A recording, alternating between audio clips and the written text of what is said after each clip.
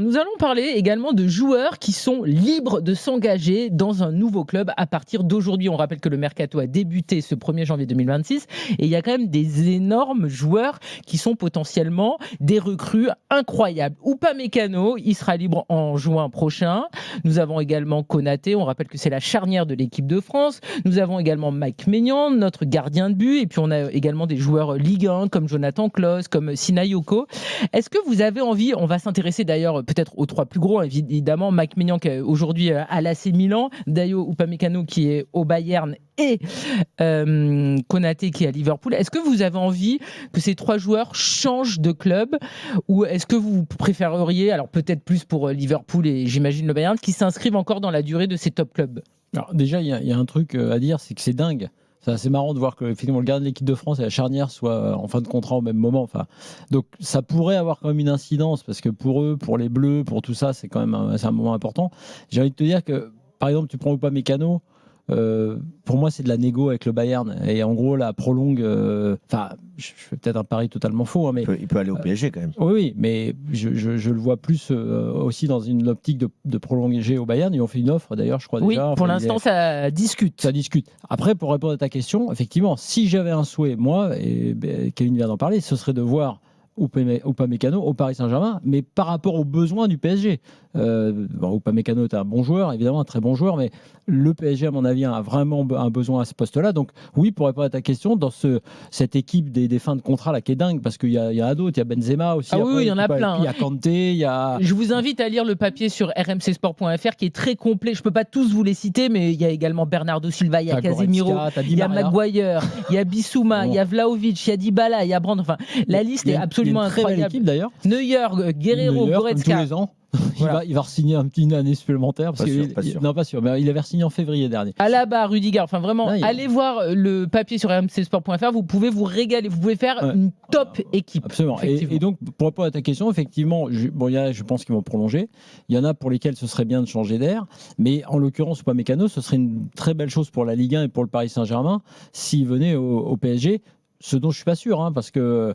Je te dis, il y a une négo avec le Bayern et il y a ces moments-là. Il y a le Real aussi qui est dans la danse. Ouais, les entourages. Le Real pour Konaté aussi, je crois. Oui. Qui est le Real qui a vraiment besoin de se renforcer derrière, donc c'est crédible.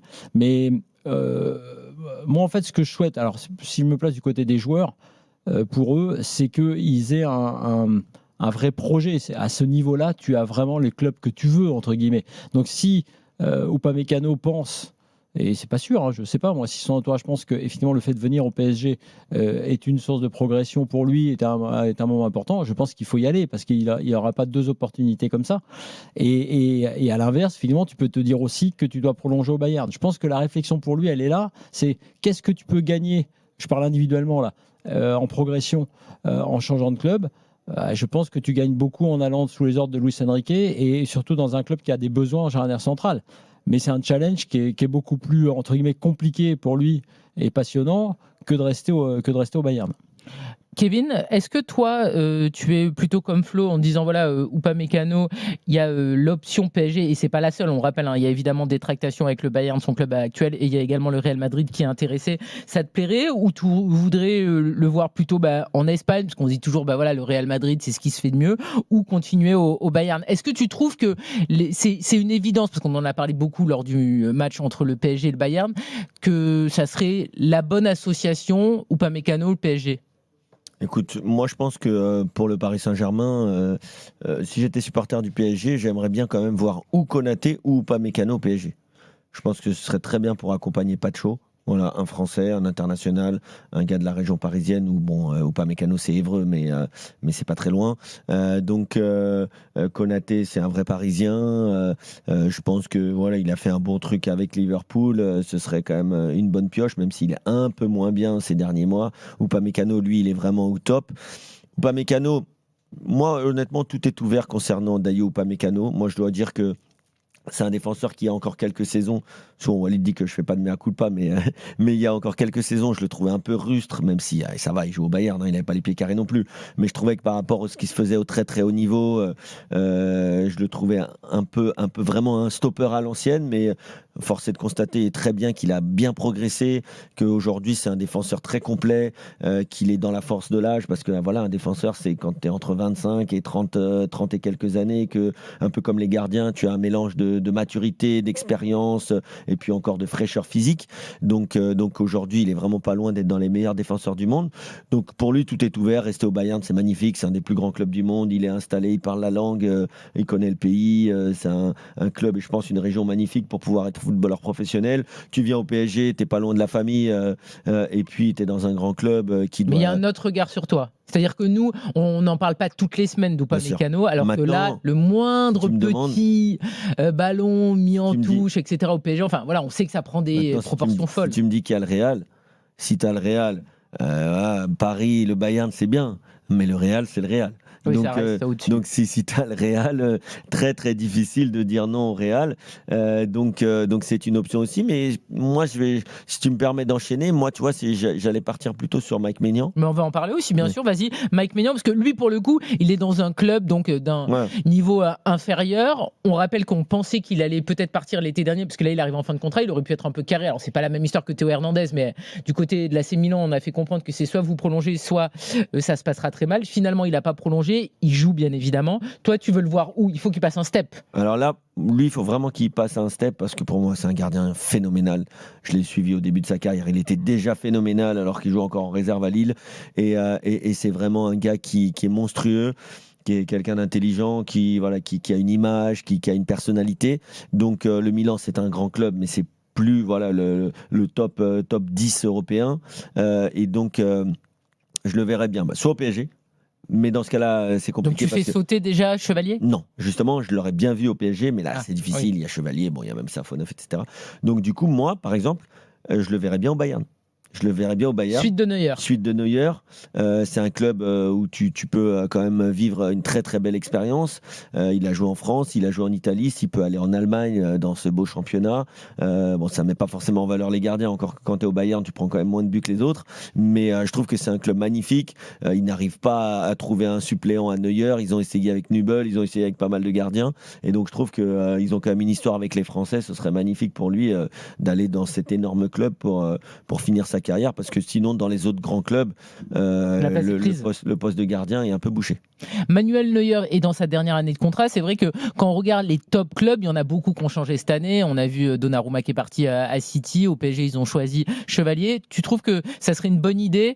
Ça serait super pour Maignan de passer de l'AC Milan au Bayern, parce que là c'est le seul club top où tu te dis il y a potentiellement une place à prendre, ou peut-être au Barça, non? Maintenant c'est cuit. Le Barça, ils ont leur jeune gardien, ils viennent de recruter. Bon, enfin, il pourrait jouer partout, mais c'est vrai que je le vois plus dans un championnat je dirais anglo-saxon, quoi, entre guillemets, Maignan. Et il y a un truc que j'aime bien au Bayern, dans la culture que Neuer a imposée, en dehors des qualités de gardien et de l'école allemande qui est énorme, enfin qui était une révolution avec Kahn avant, Neuer maintenant. C'est aussi le jeu au pied, le jeu quoi, avec le ballon, et ça il est bon, Mike Maignan, et c'est encore plus vrai, même trop parfois, parce que même Neuer parfois il pète les plombs complètement, il vient carrément plus qu'en libéraux, mais en tout cas voilà, c'est dans cette logique là, toujours pareil par rapport à la suite pour les Bleus, d'avoir ces gardiens qui continuent de progresser dans leur importance et dans le jeu et dans la construction du jeu. Donc oui, bien sûr, le Bayern c'est magnifique. Moi je pense que si j'avais été agent de joueur, le club top joueur, évidemment des top joueurs sur des top clubs, plus que le Real, qui est toujours faut y aller parce que c'est le Real, et c'est vrai, ouais, tu veux, ça se refuse pas, ok. Plus que le PSG maintenant, parce que c'est une histoire récente, l'histoire de Luis Enrique, donc je sais pas, dans la permanence, dans la progression, dans à la fois le calme c'est le Bayern. Le Bayern, je trouve que tous les joueurs qui y sont passés, qui étaient bons, ceux qui n'étaient pas bons, ils ont explosé.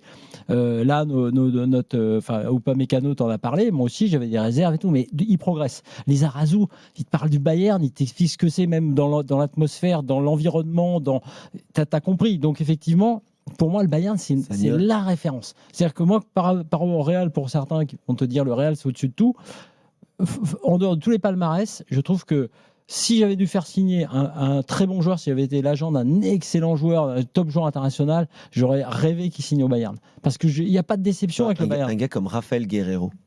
Bon, il est Fin de contrat aussi. il est franco-portugais. Bon, il était à Dortmund. C'était un peu surprenant de le voir au Bayern. Mais c'est extraordinaire sa carrière. Sa carrière, elle est. Moi, tu vois, j'adore ce genre de joueur-là. À la base, personne va te les citer dans les top joueurs qu'on a vu passer en Ligue 1. Mais le gars, il fait une carrière monstrueuse. Arrière gauche, ailier gauche, milieu gauche, international portugais, champion d'Europe. Et le mec au Bayern, tu vois, il s'éclate. Il s'éclate à plusieurs postes. Voilà, moi, de toute façon, c'est le FC Bayern. C'est un club exceptionnel. Exceptionnel, ce club. On rappelle que le Français est arrivé au Bayern en 2021. Donc, ça fait pas non plus un énorme bail. Parce que c'est vrai qu'au Bayern, on a l'impression que les mecs, ils restent quasiment tous 10 ans à chaque fois. Robben, Ribéry, Coman, etc. Donc, à voir demande à Mehdi Benatia sur le Bayern, pareil. Enfin, il parle des gros clubs. Lui, il a connu la Juve, effectivement, l'exigence italienne. Il parle beaucoup de la Juve, mais il a fait 3 ans, je crois, 2 ou 3 saisons au Bayern. Ça, c'est des saisons que tu n'oublies pas, hein, et où ça te transforme. Juste pour revenir à notre débat tout à l'heure sur les centraux, par rapport au PSG et à Konaté, Upamecano, à Konaté, comme tu en parlais, il a un avantage de la polyvalence axe gauche, axe droit aussi, qui peut peut-être plus convenir par rapport à Pacho, tu vois, puisque donc c'est peut-être un atout supplémentaire. Et le fait qu'il soit un petit peu plus vieux que l'autre Français, on s'en fout. Il y en a un qui a 30 ans, l'autre qui a 27 ans. Qui a 30 ans Konaté, il a déjà 30 ans? Non, c'est Upamecano. Non, Upamecano a 27 ans. 27, non, ouais. tout va bien. Non, Konaté n'a que 26, donc tout va bien. Ils sont très jeunes tous les deux. Non, c'est Mike Maignan qui a 30 ans et qui est le gardien. Voilà. Un gardien, tout va bien. Belles années devant lui. Tout va bien. Il va aller faire 7 ans au Bayern tranquille. Oui. On va pas le vieillir d'un coup. Au niveau des potentiels Ligue 1, parce que là, voilà, on parle de joueurs qui pourraient uniquement aller au PSG, hein, on va pas se mentir. Est-ce que vous avez des joueurs qui vous plairaient? On a pu voir Nabil Fekir qui sera en fin de contrat, qui pourrait revenir en Ligue 1. On a parlé de Sinayoko. Il y a Adrien Thomasson et Wesley Saïd qui sont en fin de contrat. Ça, c'est aussi un dossier important parce que c'est des joueurs qui font beaucoup de bien à Lens. Il faut essayer soit de les prolonger, soit de les vendre. Mais enfin, l'idée, c'est, j'imagine, de beaucoup plus les prolonger parce que si tu perds Thomasson et Wesley Saïd, tous les deux font vraiment du bien sur cette première partie de saison. Ça, c'est sûr que c'est des joueurs phares pour surtout Adrien Thomasson, qui écoute souvent l'after d'ailleurs, qu'on salue, mais qui est un capitaine là-bas, qui est un joueur cadre, un leader, un joueur de système, un joueur qui peut marquer, qui peut défendre, vraiment qui passe très très bien avec l'identité lensoise, et ça c'est très important. Après, bien sûr, le financier, je connais pas les salaires qui sont donnés à Lens, donc je ne peux pas juger, mais tu vois, sur tous ces joueurs en fin de contrat, moi qui suis beaucoup le sport américain, alors je sais qu'il y en a qui apprécient beaucoup ou pas, mais tu sais, là-bas on parle de free agent, donc on parle de joueurs libres, et très très souvent. Donc en fait, ils ont des contrats quand ils sortent de la draft, quand ils sortent de la fac, quoi, en gros des centres de formation pour nous en Europe.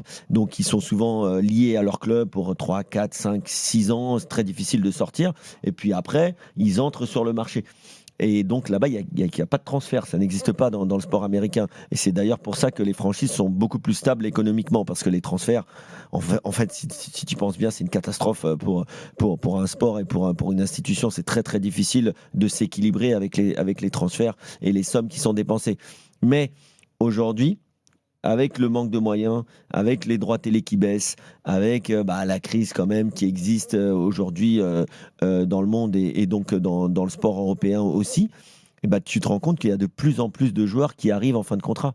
Pourquoi ? Parce que c'est plus intéressant pour un joueur d'être en fin de contrat, de prendre une grosse prime à la signature et surtout de négocier ton salaire avec 3, 4, 5 top clubs, avec en plus l'Arabie Saoudite qui peut faire monter les enchères, plutôt que de signer dans un club, de faire un transfert, mais au final d'avoir une commission pour l'agent, d'avoir une commission pour un tel, et au final, toi, tu te retrouves pas avec grand-chose à part ton salaire. Donc, c'est quand même une évolution claire avec la régulation du marché, qui finalement, on a parlé d'un salary cap, on a parlé de pas mal de choses. Le salary cap est déjà induit. Bon, au PSG, il y en a qui croient, il y en a qui ne croient pas, mais en tout cas, c'est ce qu'ils disent, et moi, je les crois.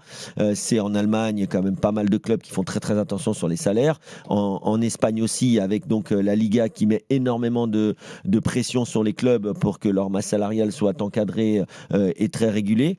Et au final, tu vois que le marché se régule tout seul avec tous ces joueurs qui arrivent en fin de contrat et avec de moins en moins de transferts. Et de toute façon, de moins en moins d'argent pour les transferts.